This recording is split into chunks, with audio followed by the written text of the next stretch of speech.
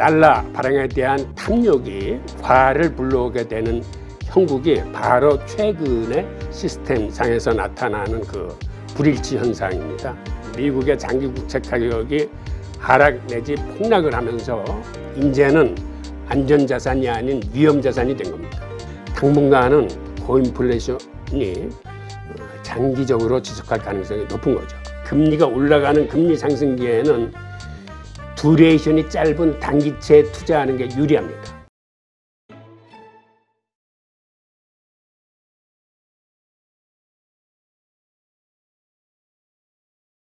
오늘 모신 분은 유대인 경제사 저자시죠, 홍익희 교수님 모셨습니다. 안녕하세요. 예, 안녕하세요. 네, 지금 전 세계가 여러 가지 은행에 대한 위기라든가 뭐 이러저러한 뭐 문제들 가지고 시끄럽거든요. 일단 이 모든 원인은 일단 기축통화인 달러의 문제가 있는 거 아니냐, 이런 의견들이 많거든요. 예, 맞습니다. 그래서 오늘은 이 달러의 어떤 탐욕스러운 그 과잉 발행으로 인해서 그 미국 스스로가 불러들인 그 부메랑에 대해서 한번 말씀을 드리겠습니다. 네. 자, 제가 말씀드릴 순서는 지금 여기에 보이는 이 순서대로 이제 말씀드릴 거고요. 우선은 미국이 달러를 얼마나 많이 발행했는지 그거부터 먼저 한번 살펴보겠습니다. 네. 미국은 아시다시피 달러 발행이 미국 정부가 발행하는 국채하고 직결되어 있습니다. 즉, 미국 정부가 국채를 발행해서 이거를 시장에서 팔거나 아니면 팔리지 않은 거는 연준이 받아가지고 그 미국 정부의 그 달러 지폐를 인쇄해서 이제 주는 겁니다. 즉, 다시 얘기해서 미국 정부가 발행한 국채의 양만큼 달러가 발행되게 돼 있는데, 그럼 지금까지 미국 정부가 발행한 국채는 어느 정도 됐느냐를 살펴보면 여러분들이 잘 아시다시피 미국 정부의 부채는 미국 정부가 독단적으로 발행할 수 있는 게 아니라 이거는 의회의 관리를 받게 돼 있습니다. 그래서 정부가 어느 정도까지 국채를 찍어낼 수 있는지는 미국 의회가 결정을 해주는데, 지금 미국 정부의 부채 한도는 31조 4천억 달러입니다. 즉, 그 얘기는 미국 정부가 지금까지 찍어낸 그 국채의 규모가 31조 4천억 달러에 달한다는 거고, 이미 미국 정부는 이 한도를 다 소진했습니다. 그래서 최근에 문제되고 있는 게 미국 의회에 이 부채 한도 증액에 대한 그 허가를 해달라고 미국 정부가 이제 강력히 요청하고 있는 상황입니다. 그렇다면 지금 미국 정부가 발행한 그 부채 금액의 31조 달러에 달하는 이 국채들이 지금 어떻게 분포되어 있는지를 한번 간단히 살펴보겠습니다. 미국 달러는 해외의 한 3분의 1 정도, 그 다음에 미국 국내의 한 3분의 2 정도가 분포되어 있습니다. 과거에는 한 10년 전만 해도 해외의 달러 보유 비중이 거의 50%에 달했습니다. 그래서 해외에서 돌아다니는 달러의 합계하고 미국 국내에서 유통되는 달러의 합계가 비슷했었는데, 최근에는 해외 부분들이 줄어들고 국내 수요가 더 커진 이런 양상을 보이고 있습니다. 그래서 지금은 해외에 미국 달러가 한 3분의 1 정도 있을 거라고 추정을 하고 있는데, 그 가장 큰 손은 여러분들이 아시다시피 세계 중앙은행들입니다. 그 다음에 해외 각국의 연기금과 펀드, 그 다음에 금융기관들인데, 이게 미국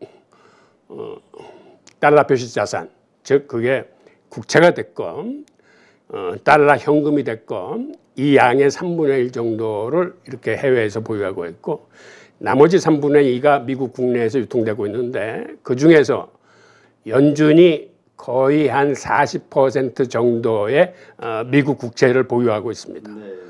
그다음에 뮤추얼 펀드가 22%, 상업은행이 14%, 그다음에 연금 등이 한 8%, 이 정도의 수치로 달러가 이제 보유되어 있고요. 그다음에 실제로 연준으로 들어가서 달러 지폐로 환원돼서 미국이나 세계에 유통되는 그 본원통화 발행액을 보면, 즉 이거는 연준의 대체대조표 금액하고 똑같은 건데 5월 3일 현재 한 8조 5천억 달러 뜹니다. 그런데 이 금액이 어느 정도 큰 거냐면 사실 글로벌 금융 위기 이전에는 1조 달러를 넘지 않았어요. 그 당시 이 연준의 대체대조표가 한 8, 9천억 달러 정도 됩니다. 즉 이 얘기는 지난 14년 사이에 미국 본원통화 발행액이 10배 이상 증가됐음을 이야기해 주고 있습니다. 그런데 지금 연준이 발행한 8조 5천억 달러의 그 달러 지폐는 뭐를 근거로 그 정도 발행했냐 하면 미국 정부가 발행한 국채 5조 7천억 달러 정도를 인수를 하고 그 대신 달러를 인쇄해서 내준 거고, 나머지 2조 7천억 달러 정도가 모기지 증권을 사들여 가지고 대신에 달러를 인쇄해서 유통시킨 겁니다. 그러니까 연준은 미국 국채뿐만 아니라 최근에 들어와서는 모기지 증권을 담보로 달러를 발행하고 있습니다. 아시다시피 팬데믹 사태가 한참 심했을 때는 심지어는 회사채도 사들였기 때문에 회사채를 담보로 달러를 발행한 셈이었습니다. 즉 여기서 우리가 눈여겨봐야 될 게, 연준은 미국 정부의 국채뿐만 아니라 최근에는 모기지 증권을 담보로 달러를 발행했다는 사실을 알 수 있습니다. 자, 그러면 이렇게 시중에 많은 달러와 국채가 유통되면은 결국 지난 40년간의 경우를 보면 계속 금리는 하락해 왔습니다. 즉 금리가 하락한다는 얘기는 국채 가격은 상승한다는 얘기입니다.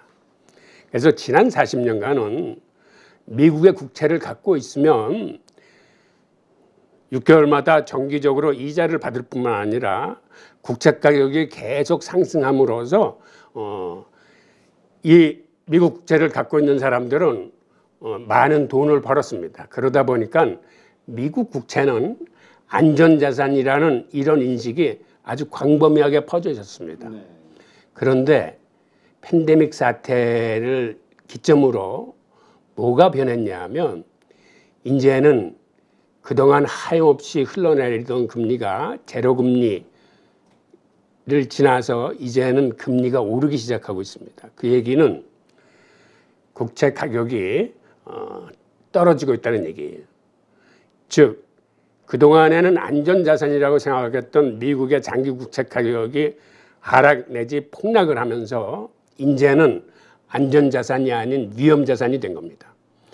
지금 이 그래프에서 보면 1982년서부터 2020년까지 물론 등락을 겪어왔지만은 그 추세는 계속 하향세로 접어들어서 제로금리까지 왔다가 최근 한 2년 동안 방향을 틀어서 금리가 상승하고 있음을 볼 수 있을 겁니다. 자, 팬데믹 이후에 미국이 국채를 어느 정도 많이 발행을 했냐면 2020년도에 3조 1천억 달러를 발행을 했습니다.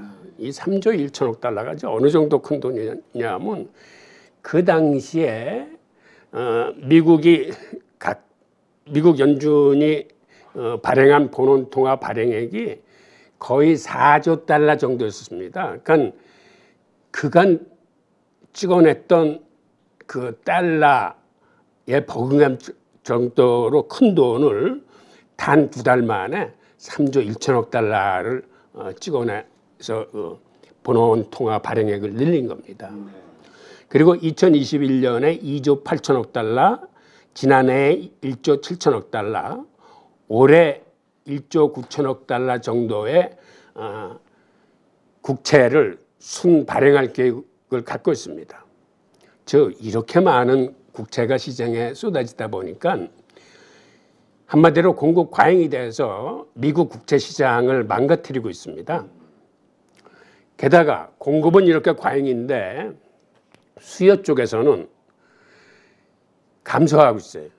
그 감소하는 이유는 세계 중앙은행들과 해외 연구기금이나 국부펀드들이 이제는 미국의 장기 국채를 안전자산이라고 인식하고 있지 않기 때문에 장기 국채를 외면하고 있는 현상과 같이 겹치면서 즉 공급은 과잉되는데 수요가 이제 사라지는 겁니다.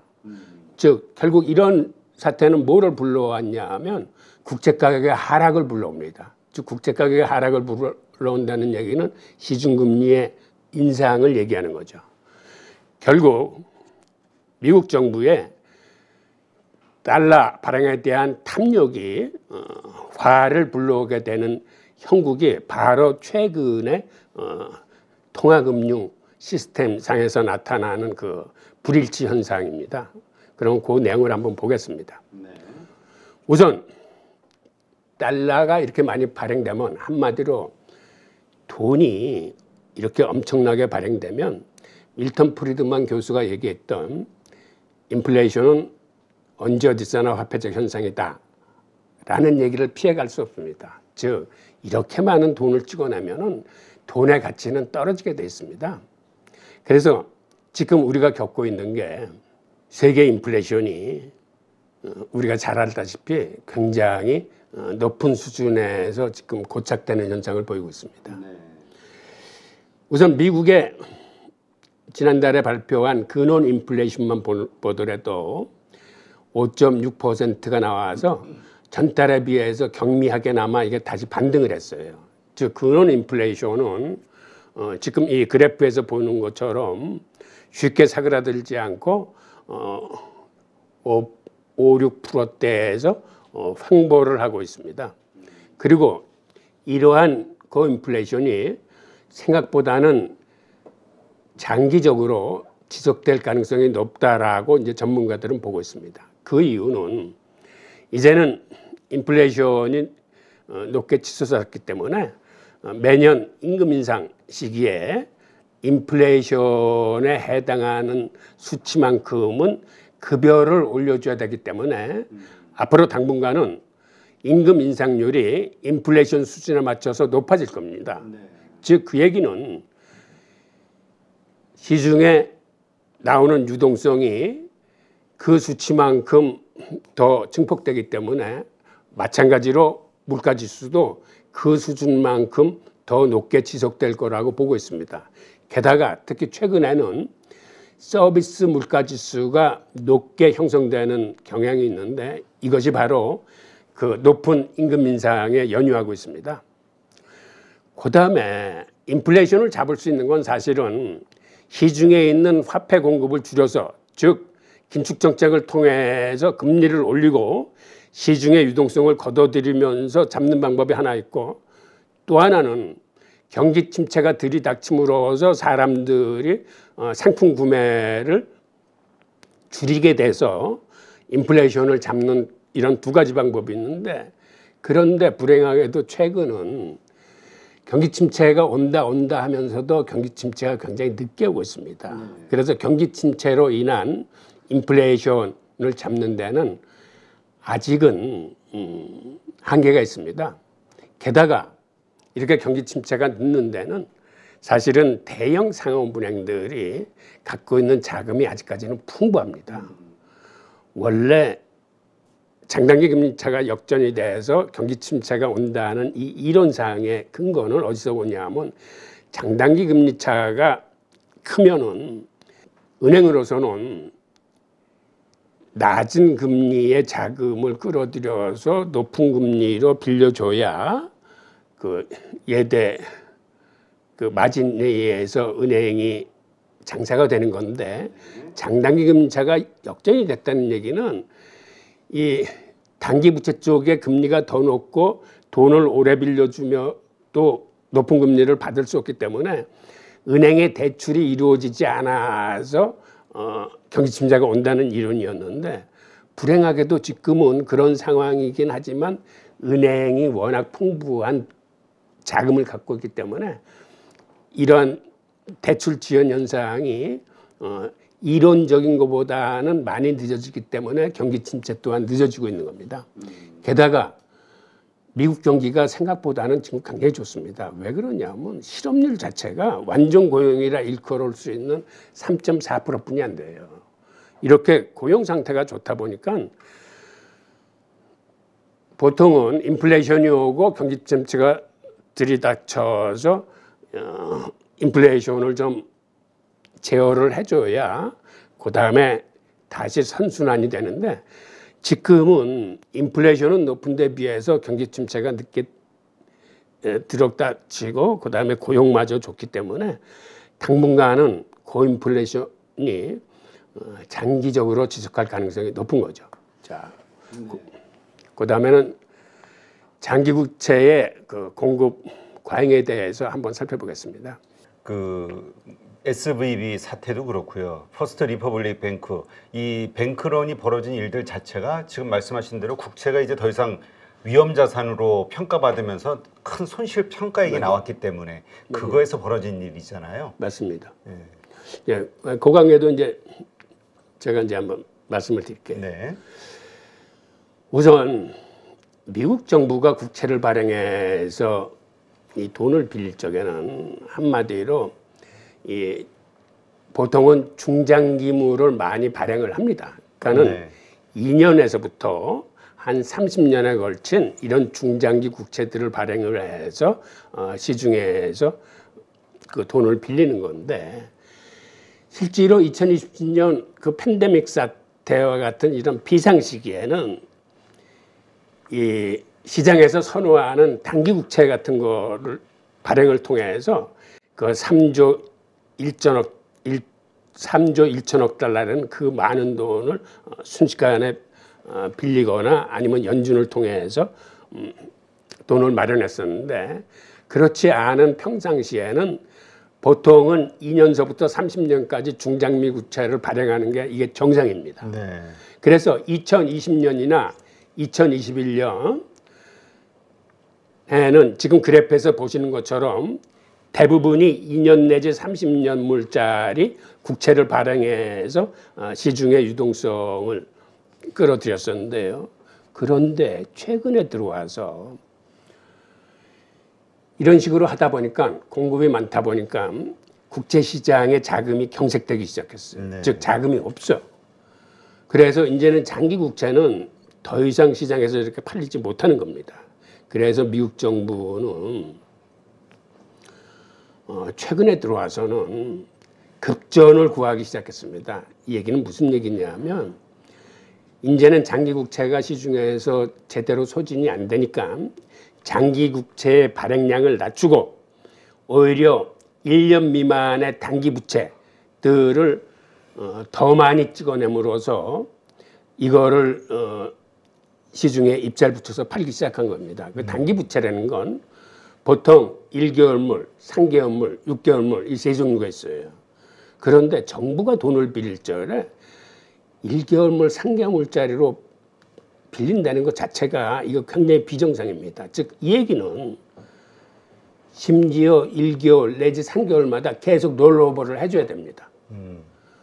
그러니까 정부가 보통은 2년 내지 30년물을 발행해서 돈을 빌린 다음에 만기가 돌아오면은 그거를 롤오버 하기 위해서 또 다른 국채를 발행해서 끌어모은 돈으로 그 부채를 상환하고 했었는데 이렇게 단기 부채를 장기 부채보다 더 많이 찍어낸다는 얘기는 지금은 1개월, 3개월물을 팔아가지고 충당을 하고 또 1개월 내지 3개월 후에는 그 부채를 갚기 위해서 또 같은 롤오버를 계속해야 된다는 얘기예요. 굉장히 비정상적인데 보통 우리 그런 상황이면 되게 그 위험한 상황이라고 표현하잖아요. 맞습니다. 기업이라든가 어떤 맞아요. 국가가 맞아요. 그런 형태를 보였다고 하면 미국이 지금 그런 형국이에요. 올해 들어와. 우리가 IMF도 단기 자금 예, 그 맞습니다. 갚지를 못해서 예. 했던 거니까. 그러니까 이런 현상이 지금 굉장히 그 위험스러운 현상인데 이게 작년 하반기서부터 벌어지면서 작년 하반기에는 미국 재무부가 어떤 것까지 검토를 했냐면 국채 바이백을 검토했어요. 즉 이 얘기는 시장에 너무 공급이 과잉되고 수요가 없으니까 재무부가 일시적으로 자기네들이 팔았던 국채를 다시 사주는 걸 의미합니다. 근데 이게 사실은 이론상으로 안 맞는 게 연준은 지금 양적 긴축을 하는데 그렇죠. 재무부가 국채를 다시 사준다는 거는 재무부는 양적 완화를 하겠다는 거거든요. 그러니까 이건 논리상으로 사실은 맞지 않는 거죠. 그래서 작년에 한번 잠깐 검토를 했다가 없던 일을 했었는데 이 얘기가 최근에 다시 나와요. 그만큼 지금 상황이 어려운 겁니다. 그래서 올해 발행 계획을 보면 국채를 올해는 1조 9조 달러 정도를 발행을 하는데 이 1년 미만 T비를 1조 달러, 그 다음에 2년 내지 30년물을 9천억 정도 달러를 지금 발행 계획을 갖고 있습니다. 자, 그 다음에 금리 상승기에 장기 국채가 왜 위험한지 그 내용을 잠깐 설명드리겠습니다. 이걸 설명드리기 위해서는 그 채권의 그 듀레이션이라는 개념을 좀 먼저 설명드려야 되는데요. 듀레이션이라는 건 채권 투자에서 현재 채권 가격인 투자 원금이 회수되는 평균 회수 기간을 의미합니다. 이 얘기는 무슨 얘기냐면 예를 들어서 100만 원짜리 채권이 있고 이게 표면금리가 뭐 한 3%다. 그리고 이게 10년물짜리다 그러면은 이게 처음 나올 때 100만 원에 나오는 게 아니라 입찰을 거쳐서 가장 큰 금액을 써놓은 사람들한테 이제 낙찰이 되는데 보통 10년물이면 10년물인데 표면금리가 한 3% 정도 되면은 한 20몇 프로 정도 할인된 금액에 사실은 그 사게 되는 거예요. 그러니까 액면가는 예를 들어서 10년 후에는 100만 원을 받을 수 있는 채권이지만 그걸 살 적에는 예를 들어서 할인된 금액인 뭐 한 70 몇만 원 이 정도에 사는 셈이거든요. 그러다 보니까 바로 이 현재 채권 가격에 투자된 원금 예를 들어서 75만 원이면 75만 원이 내 들어간 그 원금이고 이게 이 채권을 갖고 있음으로써 다 회수되는 기간이 얼마냐를 따지는 게 듀레이션인데 그게 10년 만기면은 10년 꽉 채워서 되는 게 아니라 이자 같은 걸 미리 받기 때문에 한 9년 정도 지나면은 원금을 대부분 다 회수해요. 그래서 듀레이션이 한 9년 정도 이렇게 되는데 지금 왜 듀레이션을 말씀드리는 이유는 예를 들어서 시장에서 수익률이 1% 상승할 때, 즉 금리가 1% 오른다 그러면 채권 가격에 어떤 변화가 생기냐면 예를 들어서 만기가 짧은 거는 채권 가격에 그렇게 큰 타격은 받지 않습니다. 그런데 듀레이션이 길면 길어질수록 이 채권 가격의 변화가 극심하게 일어나요. 예를 들어서 듀레이션 1년짜리는 1% 하락했을 적에 듀레이션이 10년 되는 채권은 마이너스 10% 정도 하락합니다. 그러니까 단기 채권은 금리가 하락하더라도 그 영향이 그렇게 크지 않은데 장기로 갈수록 10년, 20년물은 폭락 사태를 맞게 되는 거예요. 그렇죠. 왜냐면 그 매년 1년씩 10년짜리라 그러면 그걸 곱하기 10을 해야 되니까. 그렇죠, 그렇죠. 바로 이제 그런 개념인데 네. 그러다 보니까 금리 듀레이션이 길수록 채권 가격 변화가 이렇게 커지다 보니까 금리 하락기에는 장기채에 투자해야 돈을 많이 버는 거고 이렇게 금리가 올라가는 금리 상승기에는 듀레이션이 짧은 단기채에 투자하는 게 유리합니다. 그래서 지금 대형 은행들은 대부분 국채 투자를 하더라도 이 단기채 쪽에 투자를 하고 장기채는 지금 외면을 하고 있어요. 그래서 이제 상황이 이렇다 보니까 지금 시중에서는 어떤 현상이 생기냐 하면 단기 국채 쏠림 현상이 생기고 있습니다.